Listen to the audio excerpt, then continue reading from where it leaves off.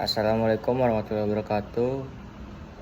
Nama saya Bima Putra Pangestu dengan NIM 24010030046. Di sini di video kali ini saya akan menjelaskan tugas UTS mata kuliah Komunikasi Antar Budaya dengan dosen pengampu yaitu Bapak Faisal Tommy Saputra SIKOM MSI. Tugas yang saya lakukan ini berjudul Komunikasi Antar Budaya dalam Kehidupan Sosial di Lingkungan Pasar Tradisional. Pasar tradisional itu merupakan salah satu ruang sosial yang paling menarik untuk memahami dinamika komunikasi antar budaya. Di tempat ini, masyarakat dari berbagai latar belakang etnis, bahasa, dan kebiasaan berkumpul melakukan aktivitas ekonomi.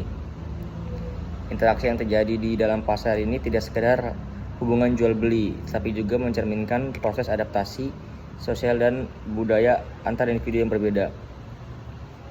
Nah, sebagai contoh di sini saya melakukan observasi di wilayah Pasar Induk Kota Tangerang, yang salah satu pasar tradisional terbesar di Kota Tangerang.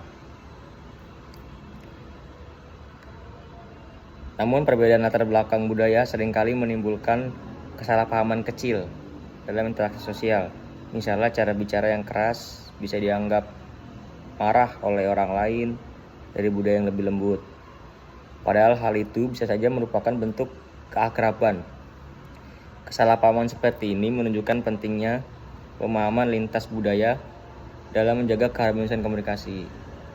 Nah, lalu masalah yang saya temukan di Pasar Induk Kota Tangerang ini adalah mengapa terjadi perbedaan pemahaman dan gaya komunikasi dalam interaksi antar budaya di pasar tradisional, serta bagaimana proses komunikasi tersebut dapat menciptakan hubungan sosial yang harmonis di tengah perbedaan budaya.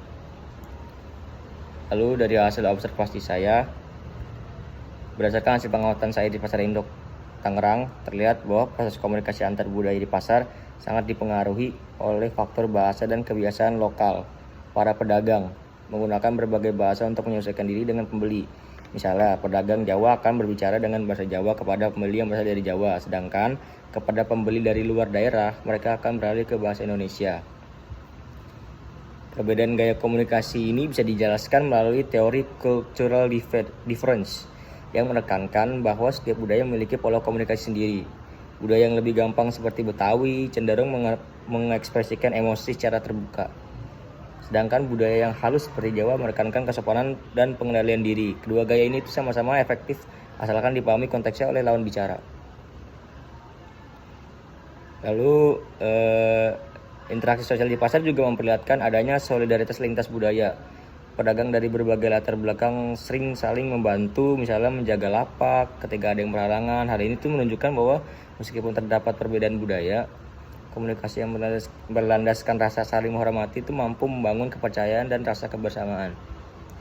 Nah, solusi atau alternatif pemecahan masalahnya itu adalah untuk meminimalisir kesalahpahaman antar budaya di pasar tradisional, diperlukan kesadaran komunikasi lintas budaya yang lebih baik.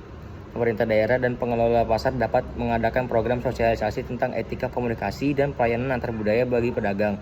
Selain itu, peran media lokal juga penting dalam dalam mengedukasi masyarakat tentang nilai toleransi dan penghargaan terhadap keberagaman. Pedagang dan pembeli juga menumbuhkan empati dan dalam berinteraksi. Hal sederhana seperti menyapa dengan sopan, menggunakan bahasa yang ramah, serta menghargai perbedaan gaya bicara dapat menciptakan suasana yang lebih harmonis. Dalam jangka panjang, pembiasaan komunikasi yang inklusif akan memperkuat hubungan sosial antar kelompok budayanya. Nah, kesimpulannya itu adalah pasar tradisional itu merupakan cerminan nyata dari kehidupan sosial masyarakat multikultural. Dalamnya, komunikasi antar budaya menjadi sarana penting dalam menjaga keseimbangan sosial dan ekonomi. Perbedaan bahasa, ekspresi, dan gaya komunikasi bukanlah penghalang, melainkan peluang untuk saling belajar dan memahami satu sama lain.